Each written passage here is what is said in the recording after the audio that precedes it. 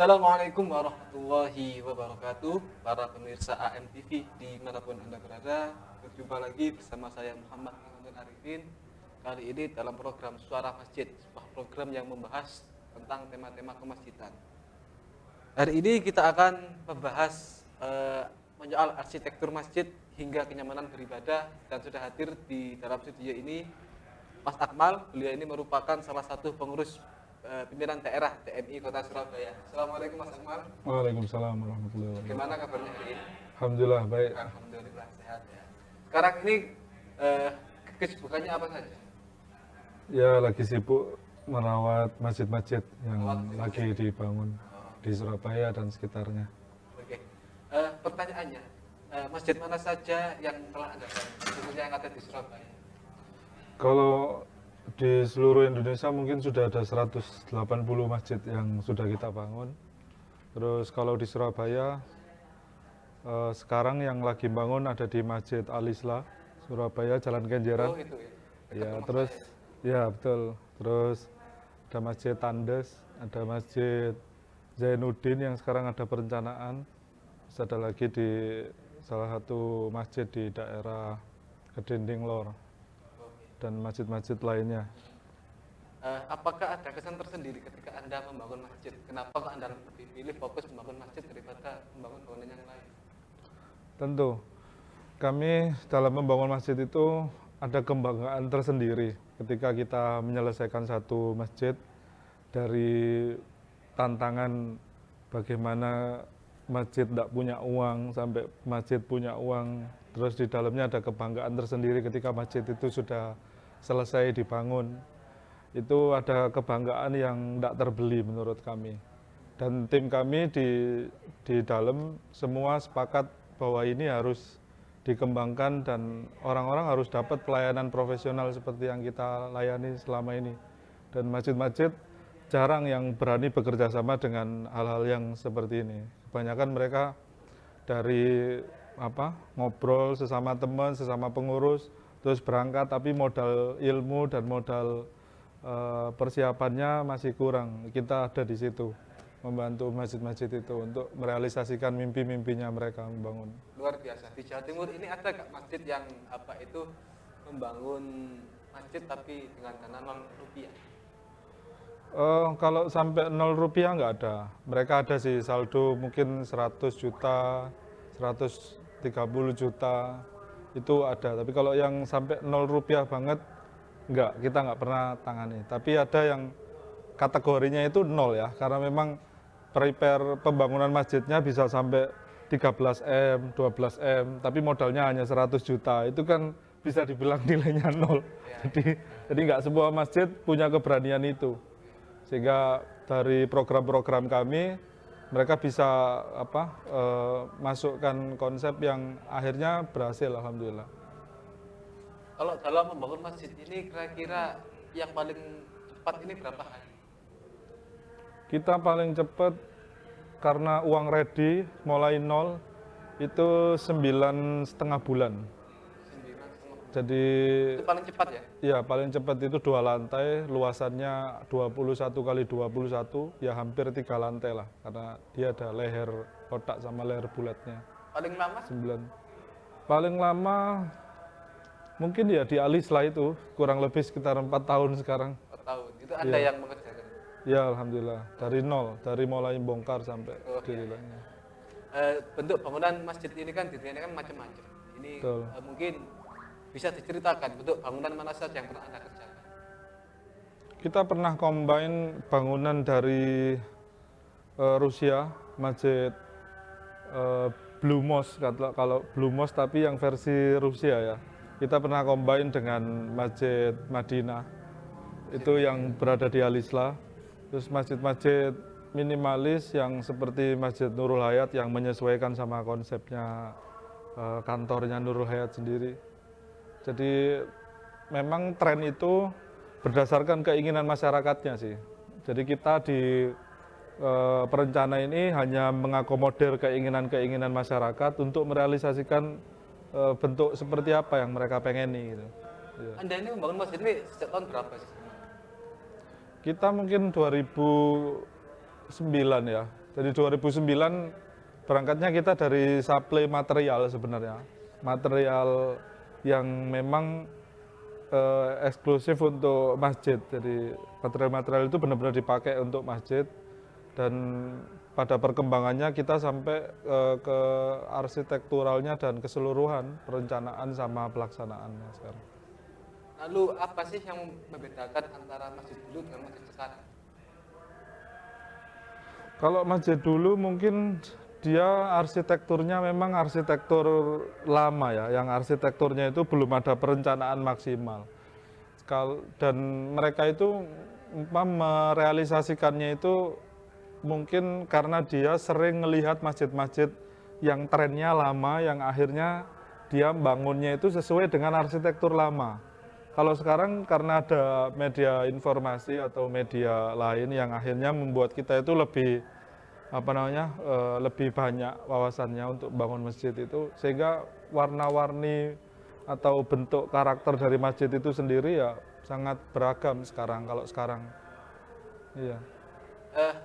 Salah satu fungsi masjid ini kan yaitu untuk mempersatukan warga, Iya. Adakah teknik khusus dalam arsitektur Anda ketika membangun masjid itu, bahwa masjid ini menimbulkan harmoni dalam sebuah masyarakat? Oke. Itu lebih ke proses sebenarnya. Jadi ketika kita membangun masjid itu biasanya kita ada proses penggalangan dana. Karena masjid ini selalu difunding oleh umat, dan di dalam proses penggalangan dana itu tentu umat juga ikut dilibatkan. Biasanya mereka tidak terlibat di peribadatan, tapi mereka terlibat di proses pembangunannya. Sehingga ketika mereka mengikuti proses itu, maka merasa memiliki masjid. Atas proses pembangunan itu tentu juga mereka akan memiliki itu. Sehingga ketika mereka selesai juga mereka tentu ada harmoni yang terbangun di dalamnya. Sehingga proses membangun dan meramaikan itu akhirnya menjadi tanggung jawab seluruh umat yang ada di wilayah itu akhirnya. Kalau dalam bentuk bangunan ada nggak kira-kira perwakilan bentuk harmoni dari masyarakat? Kalau bentuk bangunan itu sendiri nggak ada sih ya. Mungkin kita cuman blocking area antara perempuan sama laki-laki, terus ada fasilitas-fasilitas pendukung seperti di salah satu masjid ada yang ngasih konsep masjid ramah anak, masjid ramah remaja dengan ngasih wifi dan lain sebagainya.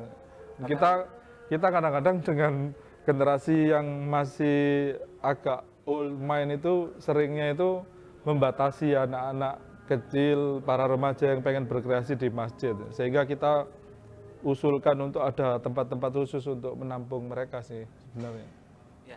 Terus ini kan biasanya kan masjid ini kan orang-orang takmir masjid ini kan membangun masjid kan dengan menggunakan AC supaya yang beribadah di sana itu dingin, nyaman. Lalu adakah jika membangun masjid itu tanpa menggunakan AC?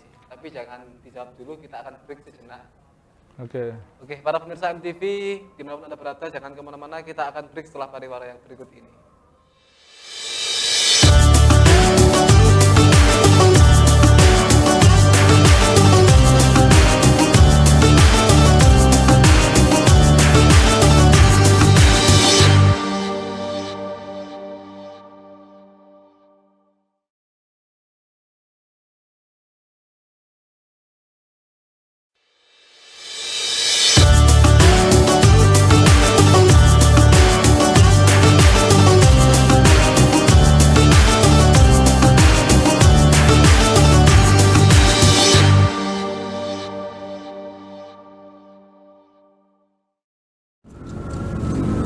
Terima kasih Anda masih setia bersama program Suara Masjid, masih bersama saya Muhammad Imanul Arifin, dan kita masih bersama Mas Akmal, salah satu pengurus PT DNI Kota Surabaya.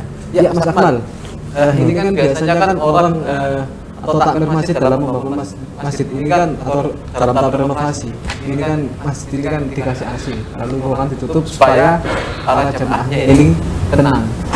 Nah, apa itu enak lah beribadah di sana. Lalu adakah konsep khusus ketika masjid ini tidak menggunakan masjid, tapi orang-orang nyaman beribadah? Nah, itu ventilasinya dilebarkan atau gimana? kalau di Surabaya setahu saya udah nggak ada space untuk kayak gitu. Jadi kebanyakan kita yang tinggal di Surabaya, di sekitar Surabaya, itu kebanyakan konsepnya udah kalau pengen nyaman ya ber-AC. Tapi kalau pengen nyaman tanpa AC itu meskipun ventilasinya diperbanyak, itu tetap aja kita sekarang sudah di lingkungan yang panas. Jadi kebanyakan akhir-akhir ini mungkin 4-5 tahun ini kan tren orang bangun masjid itu kan untuk 20-30 tahun ke depan. Tentu konsepnya mereka mungkin hanya bikin yang temporary bisa dibuka atau ditutup, sehingga mereka kebanyakan konsepnya ber-AC kalau di kita di Surabaya ya. Tapi kalau lain lagi kalau di Malang pernah kita di Malang juga ada konsep masjid yang memperbanyak ventilasi, terus dia memang mengandalkan sirkulasi udara untuk penghawaan di dalam masjidnya supaya nyaman dan kesannya kan green and clean, sehingga mereka nggak butuh AC untuk penyejuk udaranya. Ya. Lalu apa sih beda desain masjid tropis di daerah tropis dengan desain masjid yang ada di daerah Timur Tengah? Sebenarnya kalau di daerah Timur Tengah sendiri, kalau saya amati di Timur Tengah itu kan memang hawanya super panas di sana itu, sehingga mereka selalu bikin konsep masjid itu tertutup, dan mereka selalu masjidnya itu andalannya itu meskipun arsitekturnya tidak sebagus masjid-masjid di meskipun banyak ya masjid-masjid yang jauh lebih bagus di sana. Saya kan ya setahu saya hanya di sekitar Saudi, di Jeddah, di sekitaran situ. Itu kami ketika sholat di sana itu kebanyakan masjid-masjidnya itu mengandalkan AC untuk kenyamanan. Jadi begitu kita masuk pintu interior masjid selalu karpet yang empuk dan AC yang super dingin ya kalau di sana itu, karena di luar itu sampai 30 sekian derajat Celcius kalau di sana. Tapi kalau di kita di lingkungan tropis seperti ini, tropisnya kita itu sudah harus mengandalkan AC masalahnya. Beda dengan di area-area seperti Malang dan sekitarnya yang hawanya masih bagus itu. Sehingga untuk masjid yang tropis mungkin untuk lingkungan kesannya, tidak untuk orang-orang yang sholat di dalamnya. Dibikin masjid yang mungkin banyak tanaman-tanaman di eksteriornya, sehingga tampilan konsep tropis gitu. Ya. Lalu untuk kita membahas tentang lahan parkir. Ini kan ada beberapa masjid ini kan yang yang menyisakan ruang untuk parkir. Iya. Lalu bagaimana cara ketika lahan itu kecil, tidak terlalu besar lah, tapi akhirnya itu ingin gambaran atau cerita konsep gimana? Kalau sepengalaman kami, beberapa masjid yang menginginkan lahan parkir yang lebih besar memang kita masjid yang akhirnya kita angkat masjidnya. Jadi ruang basement tapi bukan basement sebenarnya. Jadi dia di lantai satunya kita manfaatkan untuk parkir, lalu lantai 2 dan 3-nya untuk tempat sholat. Kalau untuk memperluas lahan parkir ya pilihannya memang harus ada lahan, maka masjidnya yang kita angkat gitu. Jadi kalau nggak ada lahan, masjid diangkat terus ada basement. Iya, jadi kita bikin lantai 1 untuk parkir gitu. Memanfaatkan lahan, karena lahan di Surabaya juga harganya sudah segitu kan. Atau kalau misalnya ada lahan yang dijual di sampingnya ya kita bantu mereka membuatkan konsep untuk pembebasan lahan mungkin gitu. Terus ini kan, saya kan pernah menemui sebuah masjid yang di dalamnya itu terdapat sebuah perpustakaan. Jadi selain sebagai tempat ibadah juga sebagai tempat belajar. Teman-teman belajar. Adakah konsep-konsep tertentu ini dalam membangun masjid yang seperti itu? Jika itu terlebih lagi jika lahannya kecil, apakah tadi sama di bagian basement atau lain sebagainya? Kalau masjid-masjid yang berada di lingkungan edukatif seperti masjid di kampus atau masjid-masjid di sekolah, memang mereka kebanyakan minta tempat-tempat seperti itu.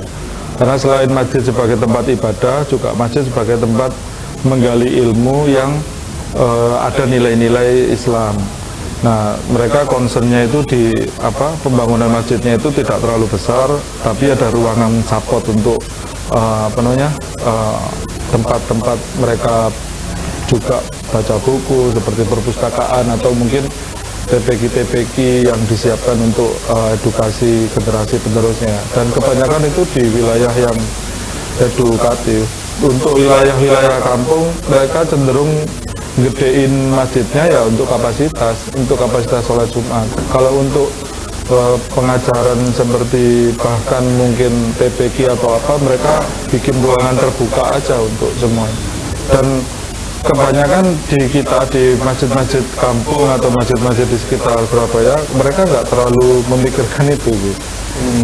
Berarti kalau di kampung ya fokus untuk ibadah. Iya, fokus untuk ibadah aja. Padahal sebenarnya ada sih masjid, salah satu masjid kami, masjid klien kami yang mereka kepingin banget punya tempat semacam TPQ gitu, sampai ada dipersiapkan lahan khusus untuk membangun madrasah diniyah gitu, ada. Saking kepinginnya ya? Iya, saking kepinginnya membangun peradaban di sekitar situ, karena tidak cukup hanya dengan peribadatan kan, juga harus dengan generasi Al-Quran yang disiapkan dengan hal-hal seperti itu. Terus ada setuju nggak kalau di masjid kita ada yang namanya perpustakaan? Setuju, sebenarnya lebih setuju ada nilai edukasinya. Saya teringat waktu diundang sama Bu Risma, kita semua di pengurus masjid itu diundang sama beliau datang ke gedung Dharma Wanita untuk dikasih penjelasan bahwa masjid itu tidak hanya sebagai tempat ibadah, tapi juga membangun perekonomian umat, juga membangun edukasi bagi umat itu sendiri, dan banyak fungsi-fungsi lain selain hanya tempat ibadah. Intinya dia poros peribadatan umat itu ya munculnya dari masjid sebenarnya. Kalau masjid-masjid sekarang harusnya sudah berpikir lebih dari apa yang sudah menjadi kebiasaan para takmir masjid berpikir, karena para takmir masjid mikirnya itu cuma tempat ibadah selesai. Tapi kalau masjid sekarang harusnya lebih dari itu, karena memang masjid-masjid sekarang itu kebanyakan memikirkannya itu hanya sebagai tempat ibadah. Harusnya malah lebih dari hanya sebatas tempat perpustakaan, bahkan lebih dari itu. Seperti ada kita pernah dengan DMI bicara sama Pak Arif, itu kita bikin semacam Indomart Point. Nah, kita kan di sana di masjid itu lebih banyak masjid safar yang di pinggir jalan daripada toko-toko yang seperti poin-poin tadi itu. Nah, kita lebih banyak sebenarnya, tapi bagaimana mereka mau cangkruan di sana, itu kan kita harus buatkan tempatnya dulu sehingga mereka mau nongkrong di situ daripada di warung-warung yang kurang bermanfaat itu. Ya. Menarik sekali. Ya. Tapi tidak dulu kita akan break. Oke. Para pemirsa MTV di mana-mana berada, jangan kemana-mana, kita akan kembali setelah pariwara yang berikut ini.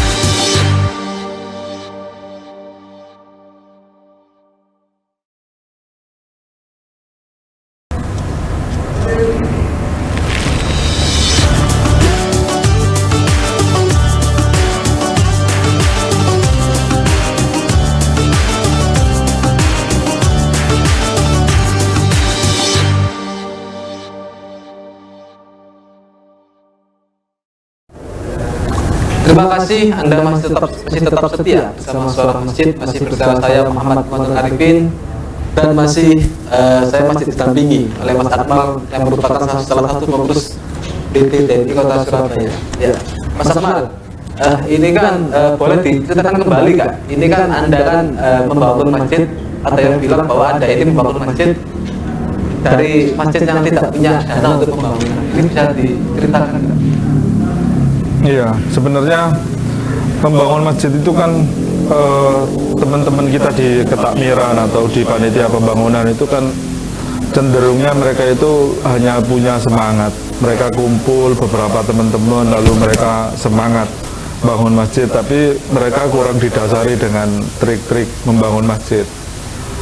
Dari kesimpulan yang sering saya ceritakan kepada pengurus-pengurus masjid itu, bahwa membangun masjid itu ada dua hal sebenarnya. Jadi Hal yang pertama yaitu membangun masjid itu harus punya persiapan teknis. Persiapan teknis di sini tentu persiapannya itu seperti perencanaan bangunannya, terus bagaimana masjid ini direnovasi yang perlu, yang tidak perlu, terus dengan siapa ini direncanakan dan sejauh apa ini diselesaikan dengan anggaran berapa, itu persiapan teknis. Lalu ada yang kedua yaitu persiapan non teknis. Persiapan non teknis di sini bagaimana keuangan itu dipersiapkan, bagaimana uang itu dikumpulkan, bagaimana takmir dibentuk, dan bagaimana menjaga keharmonisan antar takmir, dan bagaimana menjaga kepercayaan umat. Karena ketika kita membangun masjid itu tentu tidak hanya 1 tahun atau 1 bulan 2 bulan, tapi long term, jangka panjang, sehingga kepercayaan umat juga harus dipentingkan juga di sana. Nah, kita hanya membantu di hal-hal yang semacam ini, di hal teknis maupun non teknis. Kita berusaha membuka wacana mereka, membuka pandangan-pandangan sehingga pembangunan masjid itu lebih ada persiapannya. Kalau di kita menyediakan itu, sehingga ketika mereka berpikir ini nggak mungkin, itu akan kita presentasikan sampai itu benar-benar menjadi mungkin. Banyak masjid-masjid yang hanya punya modal puluhan juta tapi mereka bisa bangun miliaran. Ada masjid yang modalnya cuman, ada musolah bahkan yang datang ke tempat kami dengan hanya modal 8 juta, tapi dalam 1 tahun mereka bisa membangun musola sampai 1,5 miliar gitu. Dalam hanya 1 tahun, dan masjid itu hanya di dalam gang kecil yang sebenarnya nggak ada harapan untuk dapetin uang 1,5 M. Tapi karena memang kita lebih ke permasalahan mereka yang mereka nggak paham bahwa kekuatan umat ini besar, bahwa apa yang kita hidup di lingkungan mayoritas ini apa yang perlu dimanfaatkan sehingga kita bisa merealisasikan mimpi-mimpi untuk membangun masjid. Kan kita membangun kelayakan sebenarnya, dan kelayakan ini banyak masjid-masjid yang kelasnya sudah nggak layak. Artinya kelayakan itu harus dipersiapkan juga dengan persiapan-persiapan 2 hal itu tadi, baik teknis maupun non teknis. Kebanyakan mereka nggak berani untuk mengarah ke teknis karena mereka harus dihadapkan dengan entah perencanaan, entah arsitek, entah kontraktor yang handal, baru mereka bayar beberapa. Mereka datang ke sana aja mereka nggak berani, apalagi mereka mau bangun masjid dengan mereka. Nanti kita fasilitasi itu tanpa biaya yang terlalu tinggi. Memang ada biayanya, cuman nggak terlalu tinggi. Kita mungkin dari biaya umum itu kita cuman 15-20%, baru mereka bisa jalan dengan kita, dan itu sangat lunak. Lalu mereka bangunnya juga kita prepare, uangnya dari mana itu kita konsepkan, kita buatkan konsep bagaimana mereka menggalang dana, itu kita buatkan konsepnya, sampai laporan keuangannya itu kita integrasi dalam satu sistem. Nah, sistem itu kita buatkan semua, sehingga mereka ketika bangun masjid, mereka hanya butuh orangnya aja untuk melaksanakan pembangunan itu. Jadi melaksanakan sistem-sistem itu. Semuanya ada di tim kita, alhamdulillah sudah. Ini kan ketika kita lihat kayak Masjid Kubah Mas, terus Masjid Tiban dan lain-lain sebagainya. Ini kan masjid sebagai tempat wisata juga ini. Ya, yang menurut Anda bagaimana ini? Kalau masjid-masjid yang seperti ini memang masjid-masjid yang lahannya memang dipersiapkan luas. Terus memang masjid-masjid ini punya daya tarik tersendiri. Kalau masjid-masjid yang seperti ini memang dipersiapkannya tentu beda ya persiapannya dengan karena mereka akan bangun satu gedung yang punya nilai fenomenal tersendiri, sehingga ketika itu dibangun tentu ada persiapan yang cukup besar dan matang. Selama ini kami merencanakan masjid yang semacam ini memang belum pernah sampai sebesar itu, karena kami kebanyakan lebih ke membantu masjid-masjid yang memang nggak ada persiapan perencanaan, sehingga kami lebih concern ke masjid-masjid yang pengen dibantu sebenarnya. Kalau masjid-masjid besar dengan persiapan yang modal besar, mereka pengen jadi masjid yang fenomenal, mereka datang dong ke kontraktor-kontraktor yang besar lebih dari kita tentunya. Oke. Luar biasa sekali. Terus terakhir ini, apa yang ingin Anda sampaikan ke pemirsa yang ada di rumah ini? Sebenarnya untuk membangun sebuah masjid itu bukan hanya sebuah impian yang nggak ada ujungnya untuk dilakukan, namun itu lebih ke persiapan saja yang harus dimatangkan. Jadi dari dua aspek tadi, aspek teknis dan non teknis itu dipersiapkan sehingga proses membangun masjid itu bisa lebih sederhana. Nanti tips and tricks kita akan coba bahas di mungkin deskripsi di bawah video ini untuk lebih lengkapnya. Dan saya berpesan kepada yang membangun masjid, yakinlah bahwa yang pertama masjid itu pasti jadi. Dengan membangun masjid itu tentu niat-niat mulia yang ada di dalamnya, dan kegagalan pembangunan masjid itu hanya di kepengurusan yang tidak solid setahu saya selama ini, karena kita ini ibaratnya hanya sebagai manajemennya Allah dalam mengatur berjalannya pembangunan masjid, namun lebih ke implementasi bagaimana kita mengatur itu, melaksanakan amanah itu dengan sebaik-baiknya. Tapi kalau kitanya sendiri sebagai manajemennya Allah yang melakukan itu nggak baik, ya sudah, masjid mungkin jadinya lama atau bahkan nggak jadi-jadi. Itu pengalaman kita. Sementara itu, terima kasih. Terima kasih Mas Amang atas waktunya hadir di studio kami ini. Alhamdulillah.